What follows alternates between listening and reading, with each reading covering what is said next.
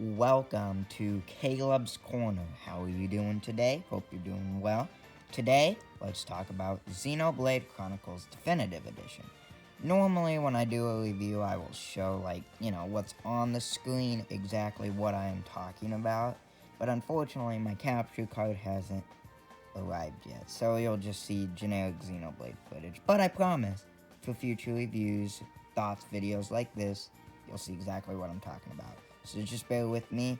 But I just had to talk about Xenoblade. I just had to.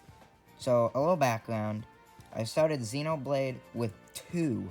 And before that game, I just had not played a JRPG that I could say I really enjoyed. But that all changed, however, as I immediately fell in love with the world of Xenoblade 2 and became invested in the story and characters. It is still a top 5 Switch game for me.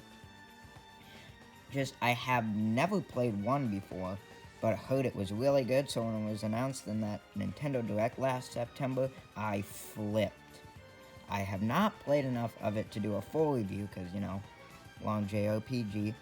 So I'm not going to give it a score, but I've definitely played a lot more than I would for like a first impressions type video, so I'll just call it my thoughts, a little middle ground there.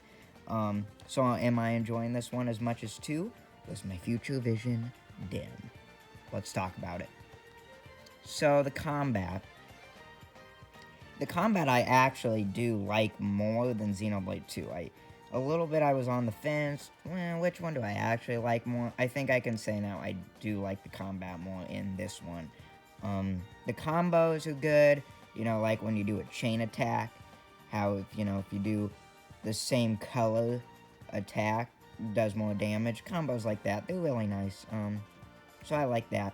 And then strong spots. Okay, so there was strong spots, which, if I'm remembering correctly, were not in 2. I haven't played 2 in a long time, but I'm pretty positive there weren't strong spots. So, like you can do backslash if you do it from behind them.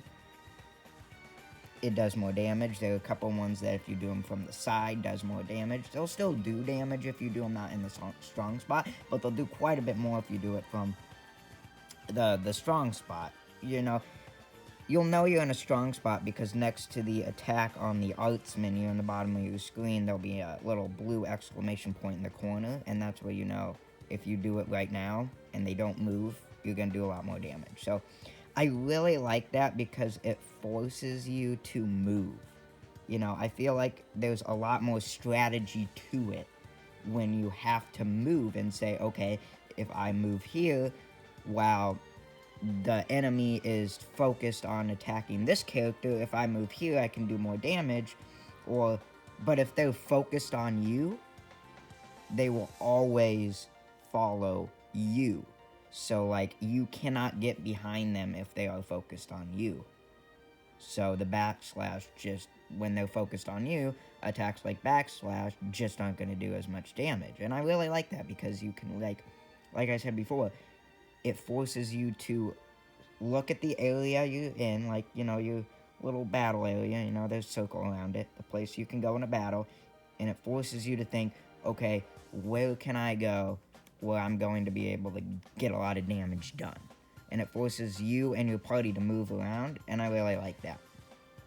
Okay, so another thing I've noticed is Topple seems to be a lot harder to pull off in this one than Xenoblade 2. Because I remember in Xenoblade 2, if the enemy has the break inflicted on them, Topple will 100% get hit on them.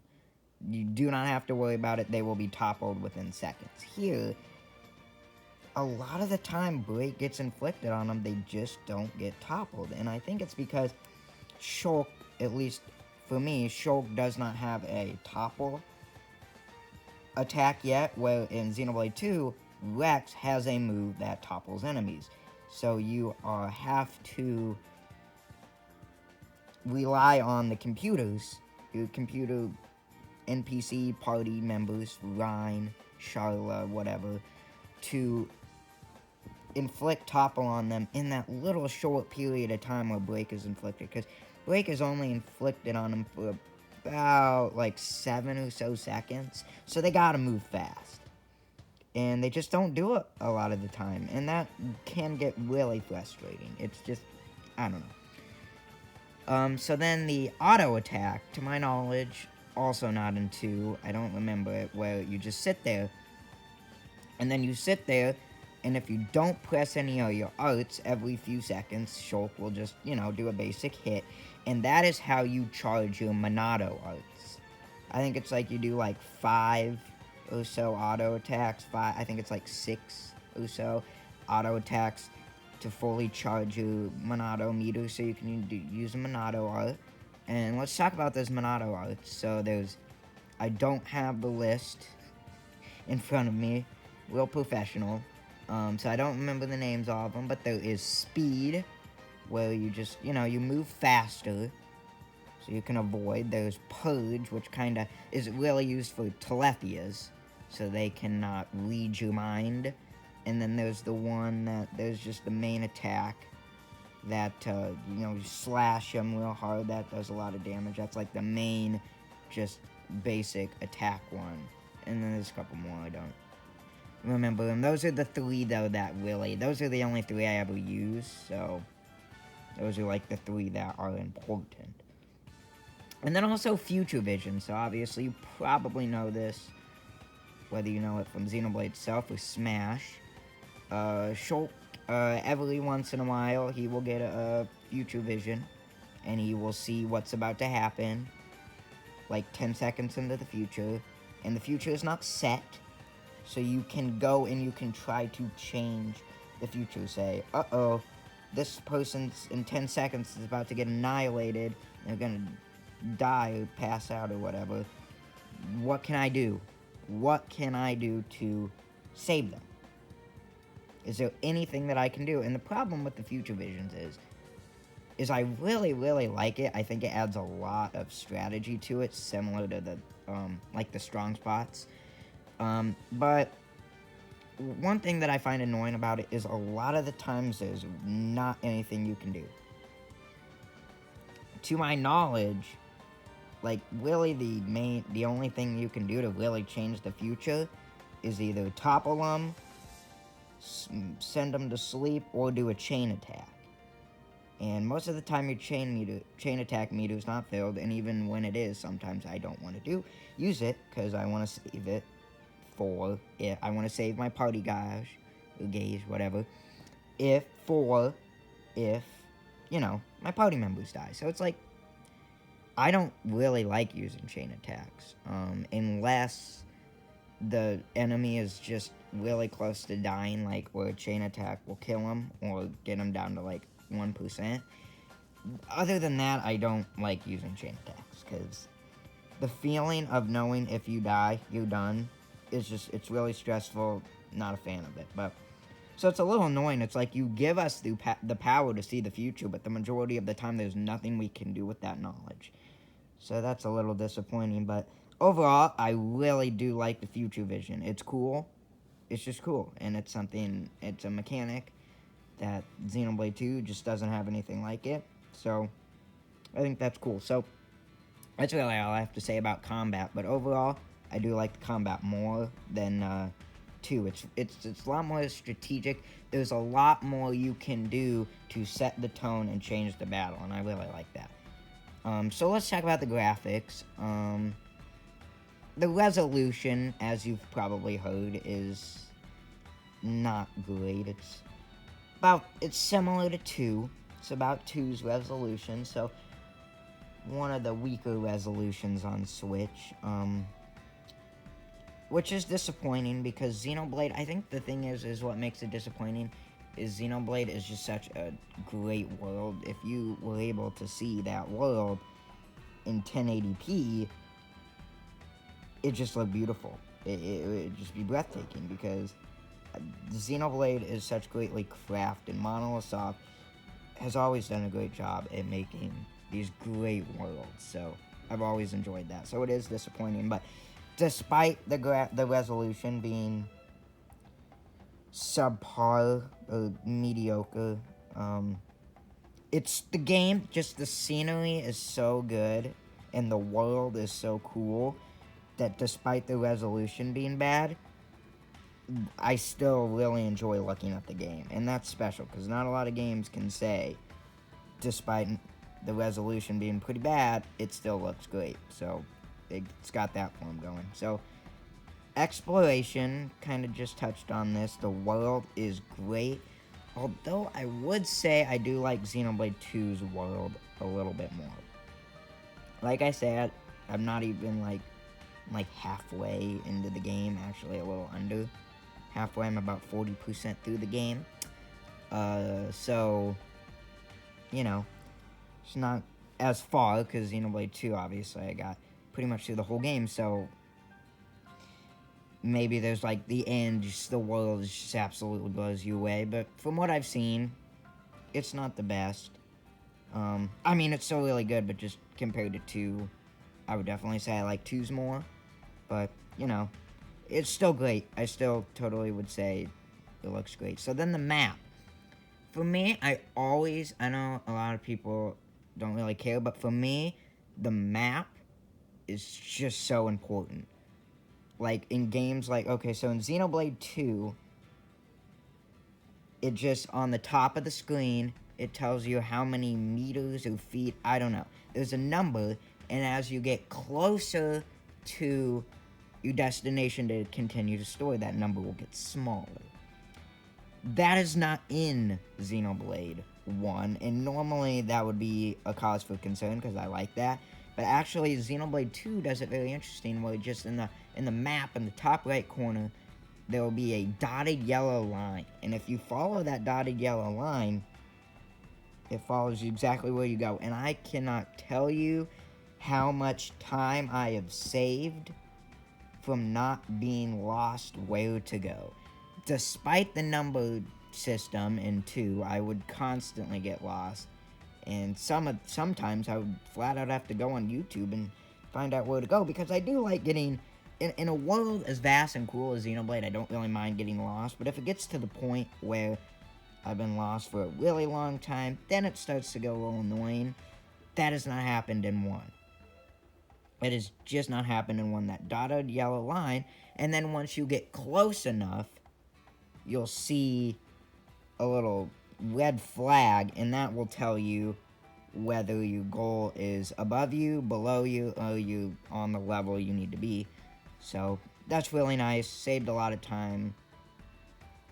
So, I like that.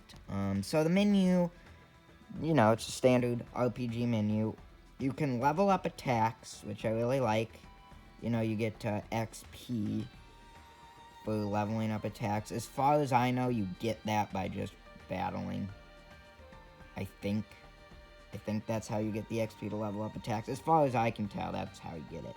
And then there's a skill tree. Which the skill tree is a little confusing. I will admit I have not fully figured it out yet. I've done a little bit with the skill tree, but it's a little confusing, so I wish it would be a little more straightforward. So, obviously, with Xenoblade, the story is just so important. Like, half of the game is story. And I'm usually, I don't like terrible stories, but usually I don't like when the story takes up half the game. But, you know, it's okay. But, like I said in the beginning of the video, Xenoblade 2, the story just, it got me hooked. I became invested with the characters. The character development was just fantastic. I'd never liked a story so much in a game, so... The story is good, although I like 2's more. Just the character development in 2 just was better. Here, it's just like, you got Shulk and Ryan and Sharla, and then along the way, you meet more characters. Little spoiler here, but you got Riki and Melia. That's who I've got so far. And, so, it's just a little interesting, because it's like, oh, and Dunban. So, they just seem like they don't really develop as characters. You go, they run around, you get to a cutscene, and Shulk is just like, I will use the Monado, let's go, guys. and then you start battling. Or, oh, I think the Mechon's this way, or we need to go this way. Alright, guys, let's go. Or, come on, guys, I'll do this, you do this. Here we go, boys. So, I don't know. It's just like, I mean, I know a lot of people bash on Rex. They say he's not a great protagonist. And he was a little annoying at times, but, I don't know. It's just the story here, it's good. I'm not really doing it justice explaining it, I can promise you that. But it's just a little strange. It's just like, it's kind of basic. The majority of the cutscene is, most of the cutscenes are just the party running, and then they see a huge monster, and they're like, uh-oh, come on, guys, let's go. Oh, I'm gonna use the Monado, boom, boom, and then you start battling it yourself. So it's kind of like, it's not bad by any means. There are some interesting story parts, but I don't really want to spoil it. But I would say I like 2 story better. So the characters, you know, I've already mentioned them. You got Shulk, the protagonist, who's real good. I like Shulk. He's cool. Kind of relatable, I know. You know, a boy that has, you know, a weapon that can make him see the future and do all kinds of crazy stuff. Isn't the most relatable, but he still feels kind of relatable, and I think that's cool, so. And then you got Ryan, which is his friend, battle partner. I don't really like him. He's just kind of like that stereotypical, thinks I'm a tough guy, here we go, let's do this. Then you got Charla, who heals you. I always like the healing people, because, they're very important, as I a lot of times just get my butt kicked, so to have them there, it's important. But as a character, she's pretty cool. I'd say I like Nia from 2 better, just because she was kind of like that kind of secret character that's like, doesn't really let you know what they're actually feeling, they're just trying to hide it. So yeah. And then there's Melia and Riki and Dunban. Don't have a lot of experience or interactions with them, but they seem good. Melia, I really like Melia, because she's like a princess, but still really down to earth, and is willing to help the party, and she's cool. I like battling with her, so I would say like her. And then Riki is the, you know, the little guys, you know what I'm talking about, little fuzzballs. And I haven't really had any interactions with him, but he seems okay, you know. All those little guys are pretty similar. So the difficulty, Xenoblade is hard.